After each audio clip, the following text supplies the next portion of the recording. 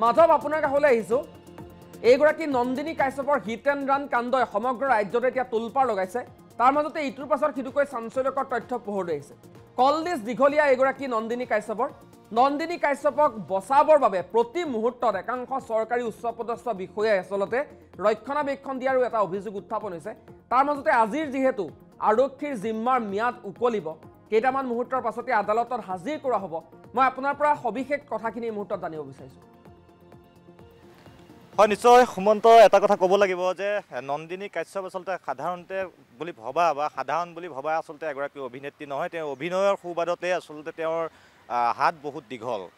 কিয়নো এই সমগ্ৰ যিটো হিট এণ্ড ৰানৰ ঘটনা, 25 জুলাই পুৱতি নিশাৰ যিটো ঘটনা, সেই ঘটনাটোৰ পিছত কিন্তু ন তথ্য এই মুহূৰ্তত পোহৰলৈ আহিছে। বিভিন্ন পক্ষৰ বিভিন্ন ব্যক্তি, আৰক্ষীৰ উচ্চপদস্থ বিষয়াৰ পৰা আনকি দালাললৈকে এই সমগ্ৰ যিটো নেক্সাছ, সেই নেক্সাছটোত আচলতে জড়িত হৈ পৰাৰ যিসমূহ তথ্য, আৰু বিশেষকৈ কালি নিশাৰ ভাগত দিছপুৰ আৰক্ষীয়ে যি হামিদ আলী নামৰ যিটো দালাল, সেই দালালটো বিশেষকৈ MVI কৰি দিয়া, অৰ্থাৎ গাড়ীৰ MVI কৰি দিয়াৰ সৈতে সৰহসংখ্যক কামত তেওঁ জড়িত বুলি ইতিমধ্যে অভিযোগ উত্থাপন হৈছিল। আৰু কালি দিছপুৰ আৰক্ষীয়ে যিহেতু সেই দালালজনক গ্ৰেপ্তাৰ কৰিছিল, আৰু সেই হামিদ আলী নামৰ যিজন ব্যক্তি, সেই ব্যক্তিজনেই মৃত যি চামিউল হকৰ যি পৰিয়াল, সেই পৰিয়ালক আচলতে মেনেজ কৰিবৰ বাবে চেষ্টা কৰিছিল, মধ্যস্থতাকাৰীৰ ৰূপত বা মধ্যস্থতাকাৰীৰ ভূমিকা গ্ৰহণ কৰিছিল। গতিকে এই হামিদ আলীৰ সৈতে নন্দিনী কাশ্যপৰ কি সম্পৰ্ক, বা তাৰ পূৰ্বৰ যদি আমি 25 জুলাইৰ যদি ঘটনাখিনি চাওঁ যে কোন আৰক্ষী বিষয়াক আচলতে নিশা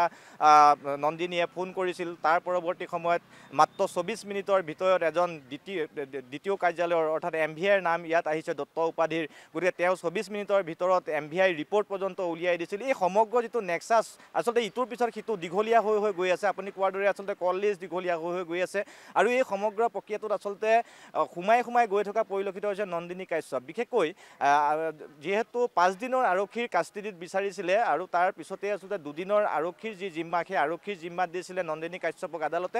আৰু আজি আৰু কেইটামান মুহূৰ্তৰ পিছতে যিহেতু সেই 2 দিনৰ যি আৰক্ষীৰ জিম্মাৰ ম্যাদ, সেই ম্যাদ যিহেতু উকলিব আৰু আদালতত আজি হাজিৰ কৰোৱা হ'ব।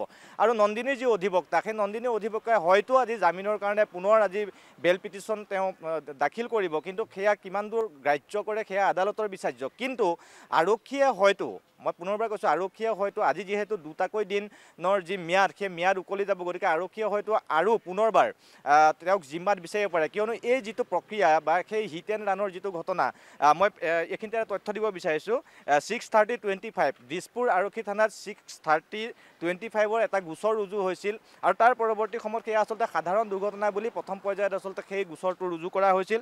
115(2)/125B আৰু 281 প্ৰথম অৱস্থাত সেইকেইটা ধাৰা লগোৱা হৈছিল। আৰু তাৰ পৰৱৰ্তী সময়ত যিদিনাখনে আচলতে চামিউল হকৰ মৃত্যু ঘটিলে, তাৰ পৰৱৰ্তী সময়ত নিশাৰ ভাগতেই আদালতত পিটিশ্যন দিয়া হৈছিল আৰক্ষীৰ তৰফৰ পৰা। আৰু BNS অৰ্থাৎ ভাৰতীয় যি ভাৰতীয় ন্যায় সংহিতাৰ 105 নম্বৰ যি ধাৰা, সেই 105 নম্বৰ ধাৰাটো নন্দিনী কাশ্যপৰ ক্ষেত্ৰত সেইটো প্ৰযোজ্য হ'ল, আৰু তেওঁক সেই ধাৰাৰ অধীনত গ্ৰেপ্তাৰ কৰা হ'ল। গ্ৰেপ্তাৰ কৰি আদালতত হাজিৰ কৰোৱা হ'ল, আৰু 2 দিনৰ আৰক্ষীৰ জিম্মাত যিহেতু আদালতে দিলে, 5 দিনৰ আৰক্ষীৰ জিম্মাত বিচাৰিছিলে, কিন্তু আদালতে 2 দিনৰ আৰক্ষীৰ জিম্মাত দিছিল। আৰু এই 105 নম্বৰ যিটো ধাৰা, ভাৰতীয় ন্যায় সংহিতাৰ এই 105 নম্বৰ ধাৰাটোৰ মূল আচলতে ইয়াৰ কথাটোৱে হৈছে যে প্ৰথম অৱস্থাত 5 বছৰৰ পৰা 10 বছৰলৈকে কিন্তু জৰিমনা সহ এগৰাকী ব্যক্তিৰ কাৰাদণ্ড হ'ব পাৰে। গতিকে আজি যিহেতু 2 দিনৰ ম্যাদ উকলি যাব, ম্যাদ উকলাৰ পিছতে কিন্তু যিহেতু আদালতত হাজিৰ কৰোৱা হ'ব, গতিকে আদালতে আজি পুনৰ আৰক্ষীৰ জিম্মালৈ দিব নে ন্যায়িক জিম্মালৈ প্ৰেৰণ কৰিব, সেয়া কিন্তু এই মুহূৰ্তত স্পষ্ট নহয়। কিন্তু তথাপিও আৰক্ষীয়ে হয়তো যিহেতু এই সমগ্ৰ যিটো নেক্সাছ, এই নেক্সাছটোত যিহেতু ইজনৰ পিছত সিজন ব্যক্তিৰ নাম বা বিভিন্ন পক্ষৰ নাম ইয়াত যিহেতু জড়িত হৈ পৰিছে, আৰু কালিৰ দিনটোত মুখ্যমন্ত্ৰীয়েও যিহেতু এই সমগ্ৰ বিষয়টোত তেওঁ প্ৰতিক্ৰিয়া প্ৰকাশ কৰিছে, গতিকে হয়তো আৰক্ষী আৰু যথেষ্ট তদন্তৰ তেওঁলোকৰ প্ৰয়োজন আছে। তদন্ত যিহেতু অতি লেহেমীয়া গতিত হোৱা বুলি ইতিমধ্যে চৌদিশে যিহেতু চৰ্চিত হৈছিল। নন্দিনীৰ বাহনখনে 25 জুলাইৰ পুৱতি নিশা দুৰ্ঘটনা সংঘটিত কৰিছিল। তাৰ পিছদিনাখন তেওঁ MVI ৰিপৰ্ট উলিয়াই গাড়ীখন লৈ গৈছিল। তাৰ পিছদিনাখন যিহেতু ফৰেনচিকৰ দল আহিছিল, তাৰ পিছদিনাখন অৰ্থাৎ যিদিনা ফৰেঞ্চিকৰ দল আহিছিল সেইদিনাখনেই তেওঁৰ বাহনখন পুনৰ জব্দ কৰিছে দিছপুৰ আৰক্ষীয়ে।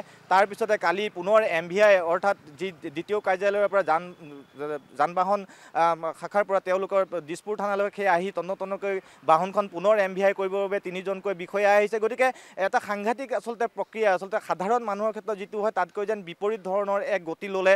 তাৰ পৰৱৰ্তী সময়ত আবেলিৰ পৰলৈ বিভিন্ন পক্ষৰ নাম ইয়াত জড়িত হৈ পৰিল, কিছু আচাৰ্যৰ নাম ইয়াত জড়িত হৈ পৰিল। 5 লাখ টকাৰ কথা আহিল।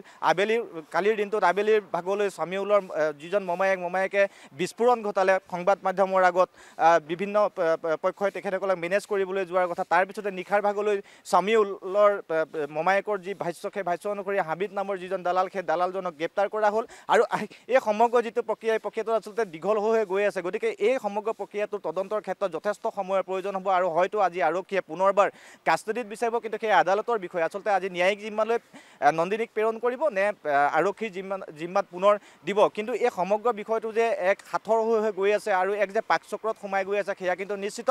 কিন্তু এই মুহূৰ্তত আমি এটা কথা ক'ম যে যিহেতু 2 দিনৰ আৰক্ষী কাষ্টডিত নন্দিনী কাশ্যপ আছিলে আৰু সেই 2 দিনৰ আৰক্ষী কাষ্টডিত থকা অৱস্থাতে কিন্তু যথেষ্ট মানসিকভাৱে তেওঁ হতাশগ্ৰস্ত হোৱা বুলি ইতিমধ্যে ডক্টৰে, তেওঁৰ যি চিকিৎসকসকলে যিহেতু স্বাস্থ্য পৰীক্ষা নিয়মিত কৰি আছে, কালিৰ দিনটোত দুটাকৈ দুটাকৈ চিকিৎসকৰ দলে আহি স্বাস্থ্য পৰীক্ষা কৰিছে। নিম্ন ৰক্তচাপত তেওঁ ভোগা বুলি ইতিমধ্যে কৈছে। কিন্তু আমি কিছু সময় পূৰ্বে যিহেতু আমাৰ হাতত যিখিনি তথ্য আহিছে যে যোৱা নিশাটো সুন্দৰভাৱে আচলতে পাৰ হৈছে আৰু সুস্থিৰ অৱস্থাত আছে, স্বাস্থ্যৰ সুস্থিৰ অৱস্থাত আছে নন্দিনী কাশ্যপৰ। তেওঁ খোৱা লোৱাও কৰিছে বুলি কৈছে।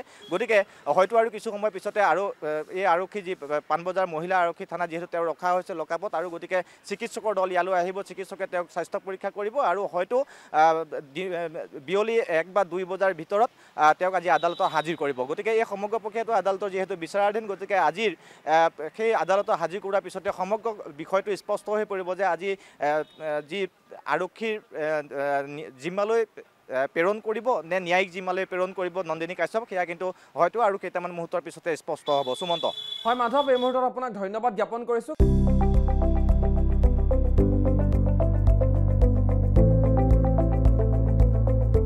NB নিউজ, সহজ সৰল ভাষাত নৱভাৰতৰ কথা।